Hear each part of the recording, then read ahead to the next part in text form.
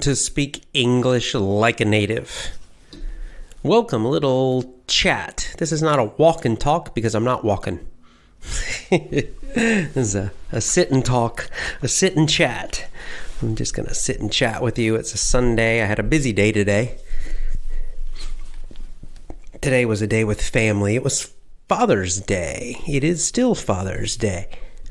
Father's Day in Japan, so my wife's father and mother came over and visited, and also my wife's sister and her son, my nephew, the famous Masanori. So we all got together and we spent the whole day together, which was very nice. We ate lunch together, and then I played with Masanori. We played with Masanori, and then we ended up going to dinner together, and they finally went home, and then I came and just finished a teleseminar, a live teleseminar with VIP members. So I finally started doing these again. So this is where we get to actually hear your voices. It was nice to hear your voices. Nice chatting, always nice chatting with VIP members. Nice to hear your voices, hear your ideas. And I know it can be a little scary sometimes at the first time to talk, and everybody's listening and talking to me in English. But everybody did a great job. I could understand everybody, and good job, very good. So as you can see, nothing to fear. So VIP members, if you missed it today, if you're busy for some reason, don't worry. We'll do it again. Probably in a few weeks, I'll do another live chat with VIP members. I was just checking out highlights and scores, looking at the World Cup, and Iceland.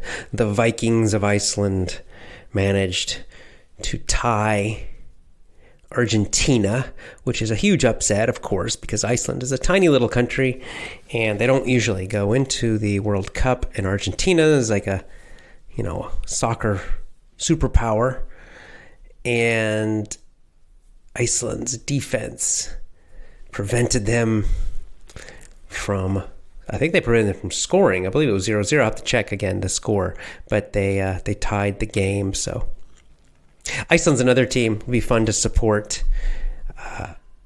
Part of my family background is actually Danish Viking, but all those Scandinavian Viking countries, Denmark, Sweden, Norway, and Iceland are Scandinavian countries. Right. They used to be Vikings long, long ago. So I have a special love for those Viking countries. So, good job, Iceland. Hopefully the Vikings of Iceland will continue doing well.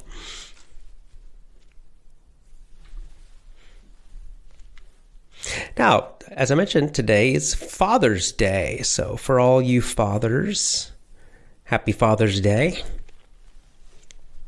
And for everybody else, I hope you, if your father is alive, I hope you had a chance to at least call your dad up. I'll be calling my dad. I'm actually going to call my dad soon. As soon as I finish recording this, I'm going to call my dad and tell him Happy Father's Day. Always good to talk to my dad. My dad lives in Georgia. I mentioned, before how my dad and I, bonded and connected through that national championship game, the American college football game of the University of Georgia, my university, against Alabama. And my dad's a big fan of Georgia. Of course, I'm a fan of Georgia because I went there. And but it was really great. We have a good connection with that. And I think this is a good topic too, because sports can be a way for people to connect, as I said, but in general, I think it's just important for us to find ways to connect with people. Sometimes we're very different, especially family members, right? Like my dad and I actually are very different in a lot of ways. And so maybe for a while, during a certain part of my life, it was, especially when I was younger, it was a little, hard to find a way to connect with my dad. But sometimes it can just be the simplest things that can create a connection, and then through that create a stronger and deeper relationship. Often it's just a shared activity, or something simple like this. Like I said, the shared support of this American football team. It really, it actually has helped bring my dad and I closer together. It gives us something, we're both excited about it. We talk about it a lot, and then when we talk about that, and then we'll talk about other things too. Another one with my dad is golf. Another way that I connect with my dad is through golf. And my dad, all my life growing up, my dad has been an enthusiastic golfer, always has been interested in golf. And I avoided golf for most of my life. I tried it as a teenager. I know my dad really was hoping I would become a golfer, wanted me to play golf. So I tried it when I was in high school as a teenager. I went out, I took some lessons, and played a few rounds, and just got very frustrated, did not like it. Any of you who are golfers, you'll understand, it can be a very frustrating game, especially in the beginning. And at that age, I had no patience at all. And so I didn't understand the appeal, why do people like golf so much? I didn't understand it. Watching golf on TV, I thought was boring. I still think it's boring, honestly, to watch it. That part I still don't understand. I mean, I know if someone's maybe really into golf, it's fun to watch the pros, but I still find it very boring to watch. And at that age, I couldn't understand even playing it. What? I don't like this game. It's so slow and very frustrating. The tiniest mistake and your ball goes into the trees or into the water, or so it didn't fit my personality. It didn't fit me. And, unfortunately so, because I finally got interested in golf. When was it? When did I first get interested in golf? I'm trying to remember. I guess it was actually, where was it? Thailand, I guess. We were living in Hawaii, and we took a trip to Thailand for a while, a long trip, a few months. And, I don't know, I just suddenly decided that, golf might actually be a fun activity. I had played something called disc golf, frisbee golf, which is where you use these frisbees and you try to throw it into this basket. And I liked it. And I thought, maybe I should try real golf. I might actually like it now. I think I'm starting to understand why people like it. I think I'm understanding the appeal, right? The interesting part of the game, why it's enjoyable. And so we went to this town called Hua Hin. So my wife and we took a train from Bangkok down to Hua Hin. And Hua Hin is where the king of Thailand used to live, the previous king of Thailand. He had his big palace down there. It's on the ocean.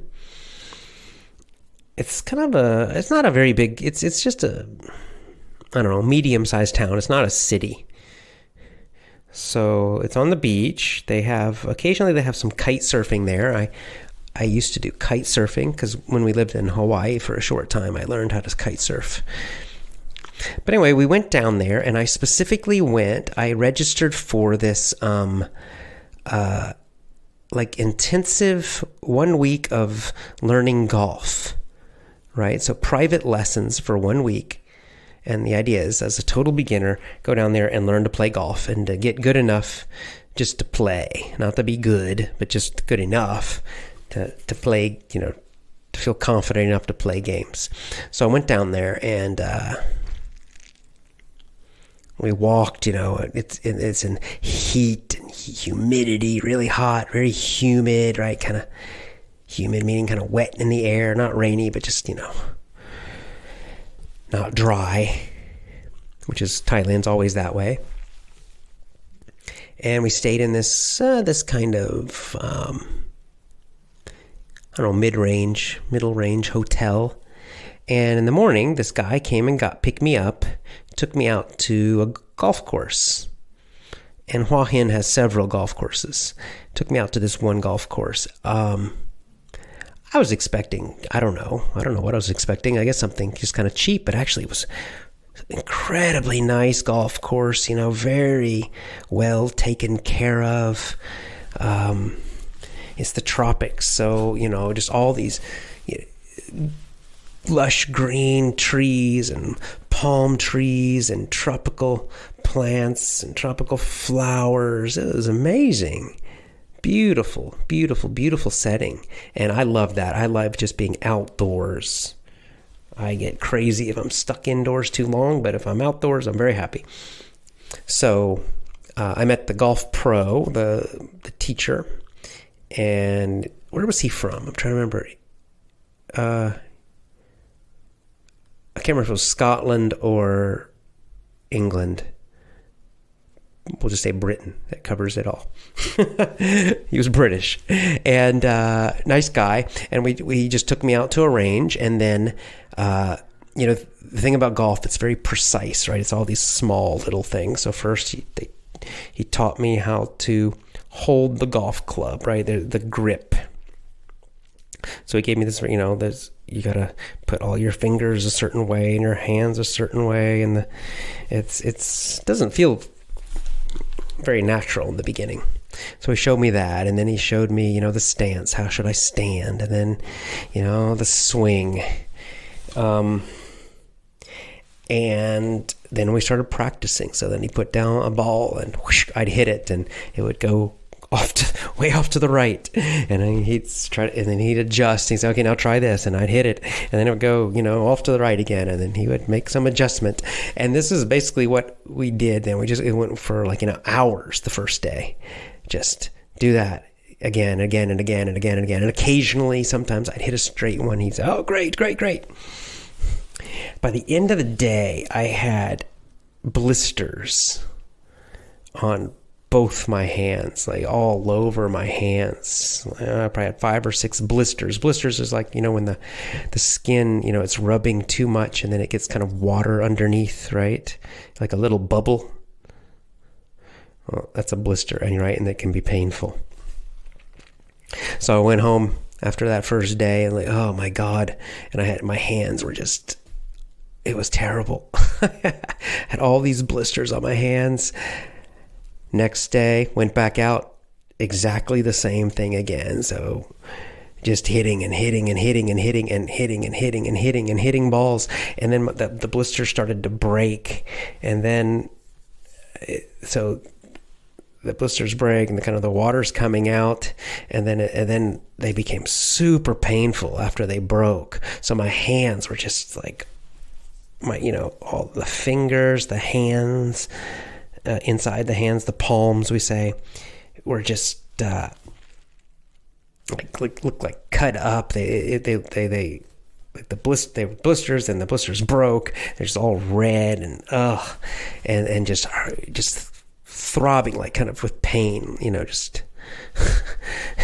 So that was the second day.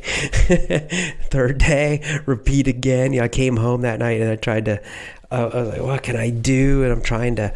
I was trying to find. I went to the pharmacy and tried to put stuff on my hands, and then I tried to the next day. I tried to wrap band-aids and bandages and things around my hands to try to protect them, but it doesn't matter. Next day, same thing, just hitting hundreds of balls, and the bandages didn't help. My hands were just killing me. So painful. It was horrible.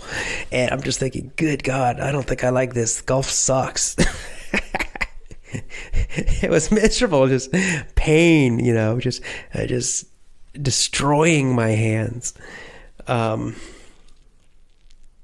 But, I paid for the lessons already, so I kept going. And then finally, I think it was like the fourth day. I think it was like 4 straight days. The fourth day, again, in the morning, hit a bunch of balls. And was not, that's getting better, though. Starting to hit some of them straight. Certainly not all of them. But was at least getting the feeling for like how to swing it and hit it. And so the cool thing about this guy was he's like, okay, fine. You know what? You're good enough. He's like, I'm not going to make you into a great golfer in this short time. And your hands are all messed up. So he's like, look, the key thing about golf is just to go out and enjoy it. So I just want you to be confident enough so that you go out and play. It's all about playing and enjoying it. So he's like, let's go play. Let's go play a game. And so we walked over to the clubhouse and we registered. And one of the great things about Thailand, playing golf in Thailand is fantastic, by the way. If there are any golfers out there, go to Thailand and play golf. It is great. It is one of the best places in the world to play golf because every place I've played golf in Thailand, you get a caddy. And this is not normal. I mean, this is in America. This never happens. So a caddy is, the caddy drives your car and your cart is called. And they even give you advice sometimes. And in Thailand, it's always these cute girls. They always hire cute girls to be the caddy. The caddy's is like the assistant for the golfer. So, like I said, there's always cute girls in Thailand. They know their marketing. They know that it's mostly men playing golf there. So, because they work that course all the time, the caddies are working at the exact same golf course every single time. So they actually know the course quite well. So they can give you advice like, okay, try to hit it to the right, or don't hit too far on this hole, or be careful about this. They're kind of like your little coach too. So we went out there, and they're really nice. The caddies were kind of fun, and and the coach was nice. So we just relaxed, and I don't know, we probably played for 4 hours, maybe. It's about usual for a full, it's called a round. A full round of golf means 18 holes. It's a full game. So we played a full round of golf, and as I said, the course was beautiful, and it was even more beautiful getting out onto the course, because some of the holes you would come up to the tee. The tees where so you have 18 holes on a golf course, and the place where each hole you start is called the tee. That's where you make your first hit, your first swing. It's called the tee. So from many of the tees, they would be up on a hill looking down over the course, the incredible view, out to the distance of, little lakes and ponds and all these green ferns, which are like small kind of green, not like leaves and bushes, and then trees and palm trees, and just green everywhere, and then lots of tropical flowers, little white flowers, little red flowers. Beautiful. It's just walking around this for 4 hours, just that part, I just started feeling like, oh, this is wonderful. I love this, just be outdoors in this great natural setting with the grass and the trees and the flowers and the plants, and this is fantastic. So we played. The other thing that I realized about golf that is wonderful is it's slow game, which as a teenager I didn't like, right? As a teenager I thought, oh, this is boring, it's too slow. But it's what I now appreciate about golf, because it's slow. It's kind of a meditation. It's a very meditative game. So in the game of golf will punish you for getting too excited or too angry or too emotional or too upset. If you do that, you usually make even more mistakes and your score gets worse. In golf, you usually will do better playing golf if you can stay calm and relaxed with a clear mind. Even if you're you make mistakes, if you can just sort of let the mistakes go and not get upset about them and keep a kind of very calm, almost like a meditation, like a meditative is the adjective, a meditative mind, usually will help you do better. So it rewards having this kind of calm, meditative mind, which I also like. But finally, I think the thing I like most about it is that because it's slow, it's a very, very social game. And I think this is the reason it's so popular. And especially, it's more popular with men, but a lot of women play now too. But it's because it's a social game. It's such a great way to get out with a group of friends or just a group of people, and for 4 hours, because it's a slow game, there's lots and lots and lots of time for talking and socializing and laughing and joking, right? Because you get up, you hit your ball, everybody hits their first ball, let's say from the tee, and then, what do? Then you drive your cart or you walk to the ball, and that takes a while. So you walk there while you're walking or driving your little cart, you chat. There's time to chat. The actual amount of time to hit the ball is pretty short, and there's a lot more time in between. So there's a lot of time for talking and socializing and chatting, and this is what makes it such a great social game. And so after that experience, we played the whole round. My hands recovered. I went home, but then I started playing a little bit, and I'm a terrible golfer, really bad, because I just don't play much. Living now in Japan in the city, I never play. But what I do love about it is now, though, that I do play when I visit my dad. And I'm coming back to Father's Day now, because this has been golf. It seems strange, just a game, but golf has been such a great way to connect with my dad. I love playing golf with him because it's just such a great way. He and I, just the two of us, we go out, we'll play a game, that's for 4 hours. We just go out there, play, we, chat and talk. We just have nothing to do but relax and play the game and talk and connect with each other. And it's been a fantastic way. It's really, I think, just playing golf, just me playing golf, even though I'm terrible, has been so fantastic for my relationship with my dad, my connection with my dad. I feel like I have a much better connection with my dad because of that. And, I really wish that I had more chances to get out and play with him. Unfortunately, he's in America and I'm over here in Japan right now. But whenever I visit, we go play golf now. It's a great way to connect. So I understand it now. I definitely understand it, and I like it. It's another person that I can have connected with through golf is my cousin Philip. Some of you may know my cousin Philip. He used to be on Twitter. He's a young guy. He recently graduated from university, and he lives in Indiana, where a lot of my family lives. And he and I also play golf. Like to go out and play golf whenever I visit. I'll go out with him, and I'll sometimes go out with him and like one of his friends. And his friends are young and they're funny, so we joke around a lot but it's a great time. It's a great way to connect. I think for me too, socially, I'm actually fairly introverted, right? I'm not much of an extrovert, somebody who loves to meet new people and is always chatting and talking and loves to do all that. I'm more quiet. I prefer small groups. I prefer more relaxed social settings. I don't like to go to like big loud parties, for example, with lots of people. I don't like that at all.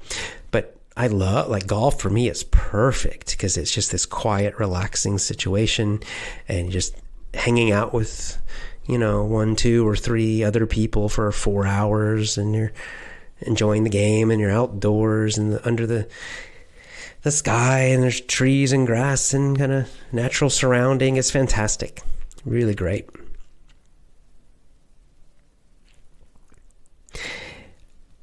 So I think it's good for us as children, as kids, adult children, to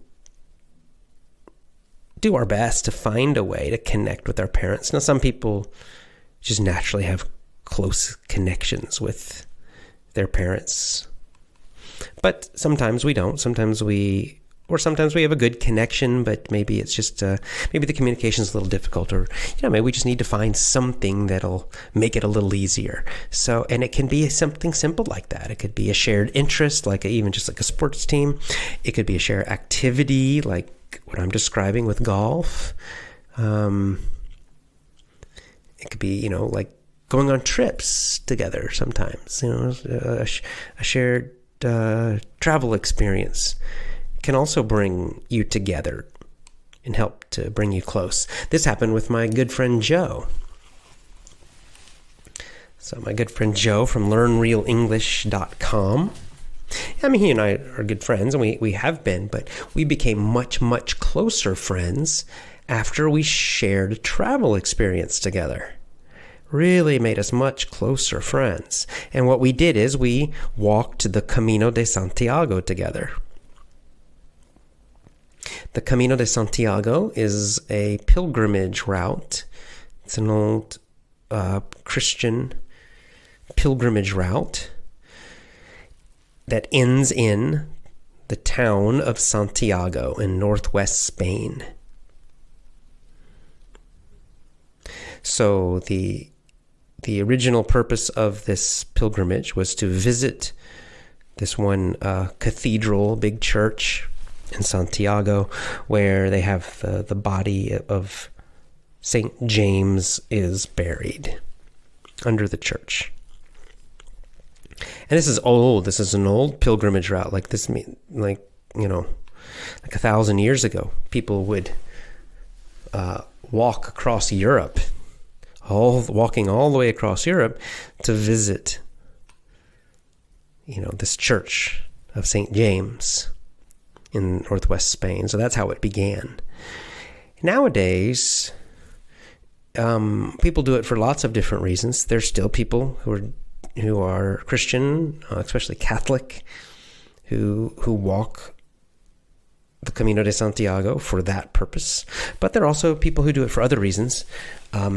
So I did not do it for that reason, but I did it for more of like the historical reasons and cultural and you might say spiritual, and also as a shared experience with my friend Joe.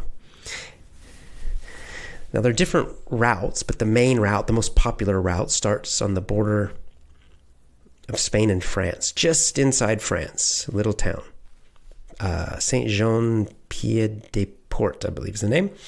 And you start there, and then you walk.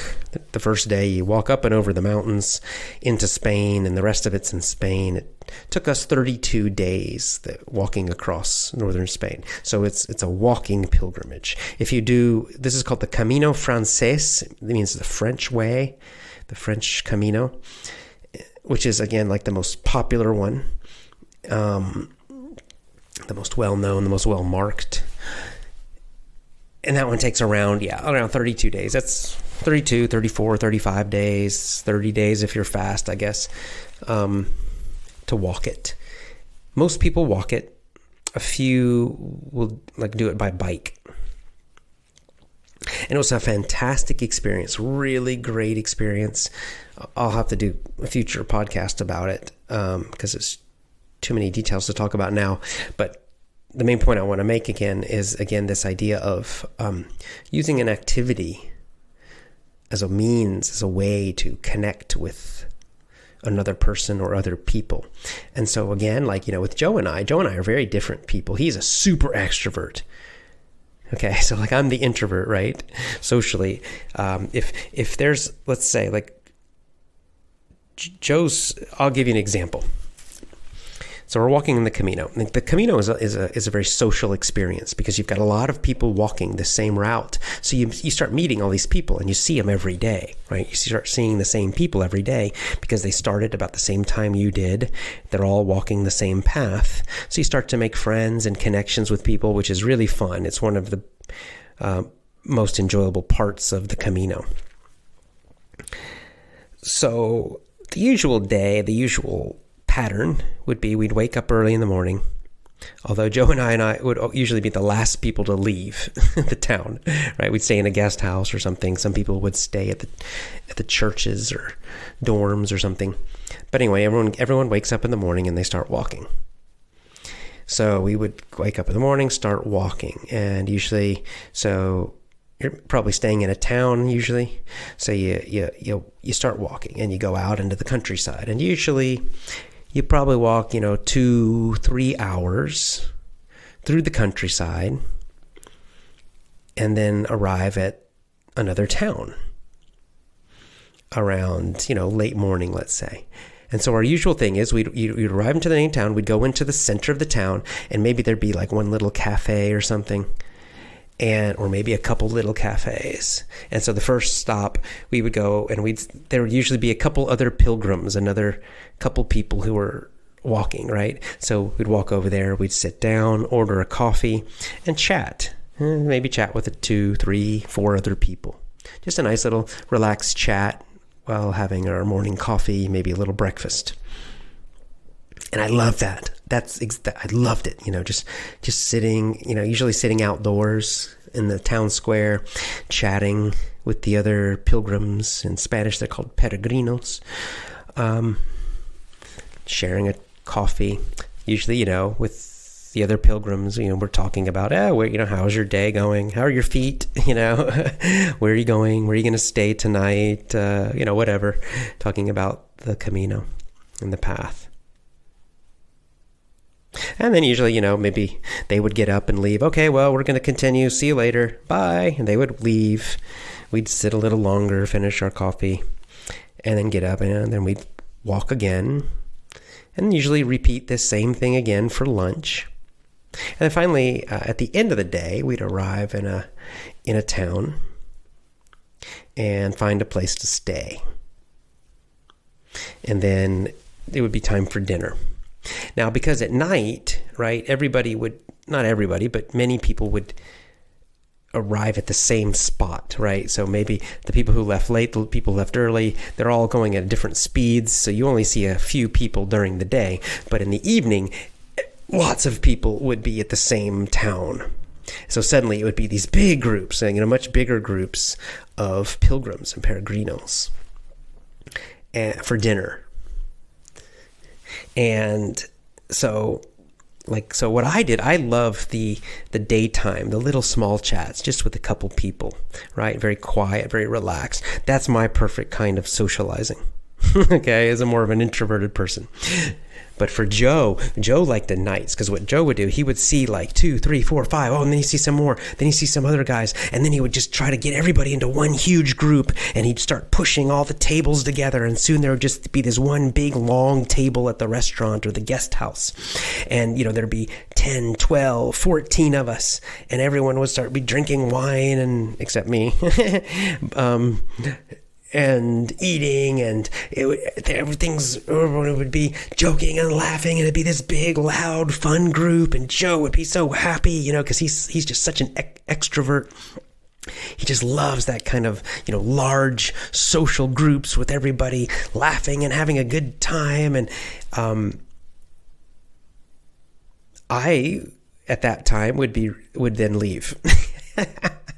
Because what would happen for me is, as it got louder, it would get to a point where suddenly it was just, for me, it's just too loud, too many people, too chaotic, and preferring a more quiet, kind of relaxed chats. I would say, okay, good night, I'm going to bed. And then I would go to bed, and he would stay out usually a little bit later and have a great time. And so this would just repeat. But the great thing about the Camino is that it had both. So, excuse me, during the days, there would be the kind of time for small, quiet socializing with just small groups. And then during the nights, big groups. But in both cases, again, the shared activity brought people together, right? We could connect with people who were basically strangers, right, when we started, from all different countries, all different ages, everything. But because we're all sharing this experience of walking the Camino together, with our backpacks, like immediately it creates some kind of connection. So if we're walking and we see another person with a backpack, they're obviously walking on the Camino, then immediately, like, we're friends. Immediately you just walk up and say, "Hey, how you doing? Oh, yeah, where'd you start? How you doing today?" And like, there's an immediate connection. Very easy to start a conversation. Very, very, very quick connections. And this would happen. And then as you would start seeing the same people day after day after day, then you really started to become, good friends with a lot of these people very quickly. And see, without that, it's kind of hard. If you're not a super extrovert like Joe, then it can be very hard to connect with people. It doesn't matter if it's your family members, like your dad or your mom or your brother or sister, or just strangers like on the Camino. Without that shared experience or interest of some kind, it's hard to connect with people, right? Most of us don't just walk up to people and just start talking. It helps to be doing something together or sharing something together, and then that makes the connection much easier. And so, this brings me back to the topic from yesterday of the World Cup. I mean, a lot of the great part about the World Cup is it just gets everybody, right? It has us all talking and communicating with people from all different countries, and we're all, having a good time chatting about these games. And really, it doesn't matter who wins or who loses and all of that. It's just more of this sort of great shared experience that we're having that gives us an excuse, really, to communicate with each other, to joke around a little bit, like joke about somebody's team or something. And in that way, we make our connections stronger, just by sharing these things. They don't have to be deep and heavy and serious all the time. In fact, I think a lot of times it's best if they're not. Deeper connections can grow from these things which are not so deep, right, on the surface. Right, on the surface, supporting the same football team or soccer team is not very deep, it seems, but it can be the beginning of connections that grow into really, closer friendships or closer relationships.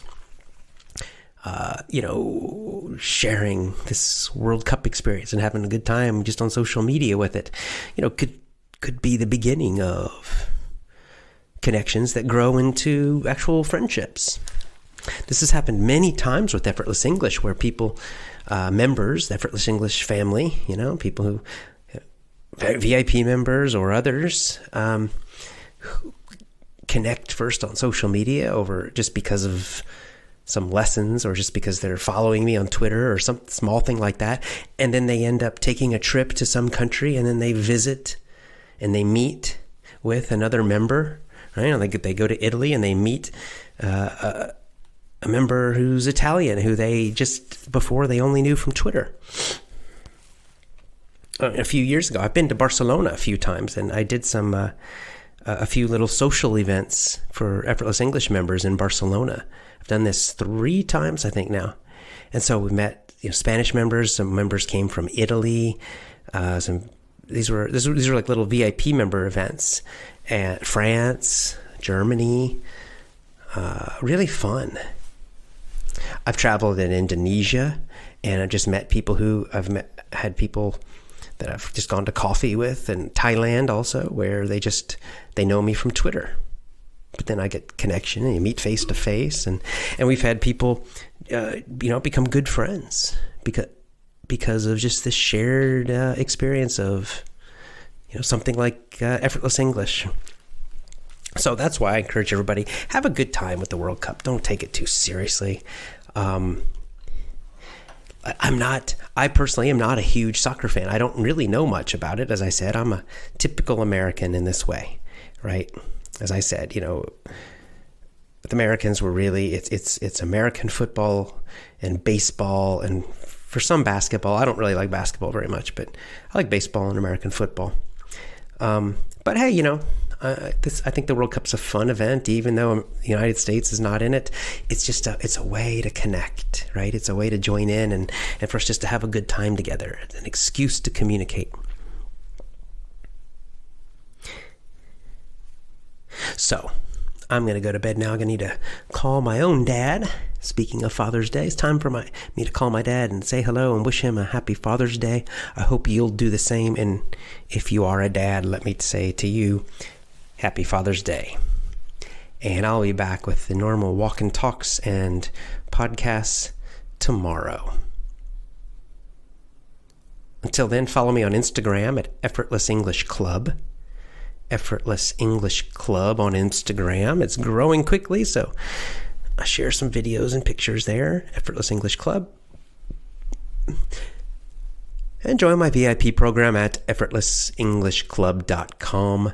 effortlessenglishclub.com. See you tomorrow.